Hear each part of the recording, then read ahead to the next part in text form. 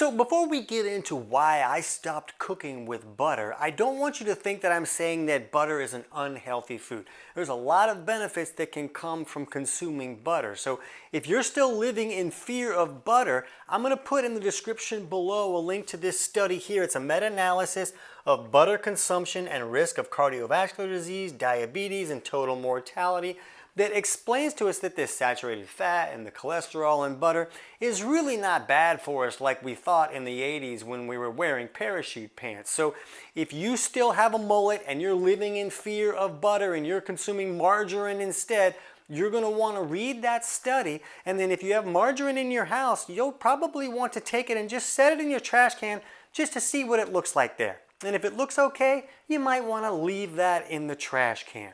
When we're talking about butter, butter's a very healthy food. What we're going to discuss here is the trouble that can come when you cook with butter. So when we're looking at troubles, we want to understand AGEs, or advanced glycation end products. And basically, these are structures that can kind of show up in the body, and the body can make these, but they can also come in on the foods that we eat, and they can be adjusted by the way that we cook those foods. So this glycation that's taking place is basically like sugars attaching to proteins or fats, and then these structures become more stiff and then they don't really work correctly. So it's almost like these collagens are being welded together and now they're not going to move and slide the way that they're supposed to. So if these AGEs are cross-linking collagens in your arteries, now that pipe doesn't move. It's not as flexible as it used to be. If they're cross-linking collagens in your bones, now the bones don't have those shock absorbers. They become more brittle. If it happens in your skin, now your skin sags and you look older. If it happens in your brain, it's almost like this biological glue that's kind of keeping your brain from functioning correctly. So these AGEs are very popular right now when it comes to aging, but this problem can be a lot more than just aging. Look at this study here, and I'll have the links to all these studies in the description below. It's okay if I'm standing in front of these. We'll make them big when we talk about them. But this study here on advanced glycation end products in aging-related diseases, and they help us understand that these AGEs can be the drivers in things like diabetes and cardiovascular issues and Alzheimer's and cognitive problems, kidney failure, cataracts, arthritis, and that list really goes on a long way when you look through that study. So when we're looking at bringing down this glycation level, we really want to be serious about this. This can create a lot of problems in the body. Now keep in mind that the body is made to remove these AGEs. But when these AGEs are coming into the body or being generated by the body at a greater level than it can deal with, that's where the real trouble comes from. And keep in mind that, sugar has a lot to do with this problem, and a lot of people are just kind of stocked with sugar. A type 2 diabetic or someone who's insulin resistant and eating all this processed carbs and sugars that are coming into the system, they're kind of set up for glycation anytime they consume proteins or fats. So this can be a real problem, and we want to see what we can put in our favor.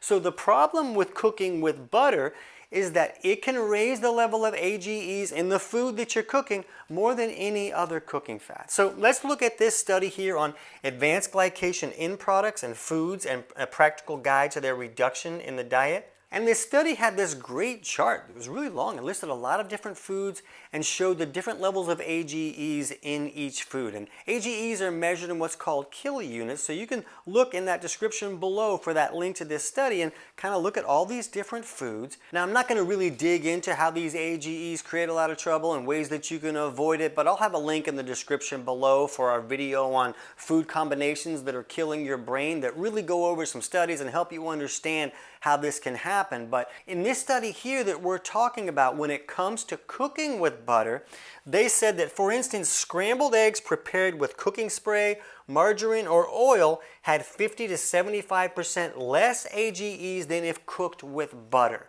So when we're cooking our food, if we're like using some kind of wet heat like steam, or maybe we're poaching things, that creates a lot less AGEs than if we're frying or grilling or broiling and using those high dry heat type of cooking methods. So when this butter is in the pan, remember a lot of this glycation issues have to do with these proteins and fats combining with sugar. So butter has a little bit of milk protein and sugar in it, so it already has a little bit of a higher level of AGEs in it, but when you put it on this heat like on a frying pan, you're really jacking up those levels in a really big way. So one thing a person can do to kind of reduce this that's going on is they could cook with ghee or like a beef tallow type saturated fat, because the ghee is basically just butter where they pulled out those proteins and the sugars and it's just the fat left over, and that can reduce those AGEs a lot. But if you cook with something like tallow, that can cut them in half. So we just want to put this in our favor when we're cooking in this manner. And a person could cook food and then maybe put butter on top of that food after it's cooked if they just want to use that as a flavoring agent. Butter is delicious. So just don't cook with it, but you can put it on after it's cooked. Now keep in mind that these AGEs are just one health factor. It's not all things. You know, this study was talking about that like margarine has a lot less AGEs, and when you cook with that, you're going to create a lot fewer AGEs. But I'm not going to eat margarine. Margarine is almost like you're eating the plastic container that it comes in. It has all those trans fats that really cause a lot of trouble. If you're still not buying into that, I'll put a link in the description below to a study that shows us that margarine is really not the way to go. So don't view these AGEs as everything, but they really are a big deal that you want to be aware of. And inevitably in the comments, someone's going to say, my grandpappy cooked with butter every day and he done lived to 462. And as proud as I am of your grandpappy and his longevity, understand that we are living in a different time. The onslaught of AGEs that are coming into our system is a lot different than it was back then. Your grandpappy didn't have 7 type 2 diabetics living on his block like you probably do.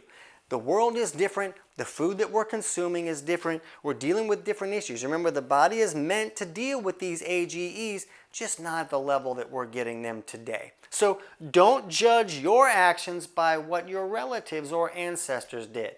This is a different situation, and you just want to put as much as you need to in your favor. Remember, a lot of people are not having problems with AGEs, but if you are, this simple step can be a really big help. Now, keep in mind that I'm not a doctor. I'm not giving anybody medical advice or telling you not to cook with butter if your doctor told you to cook with butter. I'm basically a professional stand-up comic turned nutrition author, because when I lost my voice for 8 years and 23 different doctors couldn't figure that out, I had to dig for my own answers. And now for 20 years, I've been teaching health professionals in more than 40 countries how to help their clients fix the actual underlying causes of problems instead of just covering up the symptoms. But we'll have these studies in the links below so you can dig through those and find the right questions to ask your doctor. But if this is a problem for you, making this simple change of just like using some beef tallow cooking spray or using some healthy non-stick pans. I have some good Green Pan, I think is the company that makes the ones that don't have those forever chemicals in their non-stick pans.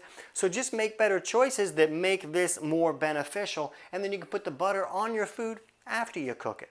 So right now, if you want to learn more about this glycation and these AGEs and things that you can do to improve the situation for yourself, you can jump over now and check out that video on food combinations that are destroying your brain. Or you can check out this video on top supplements that reduce AGEs. I can't wait to hear about your results.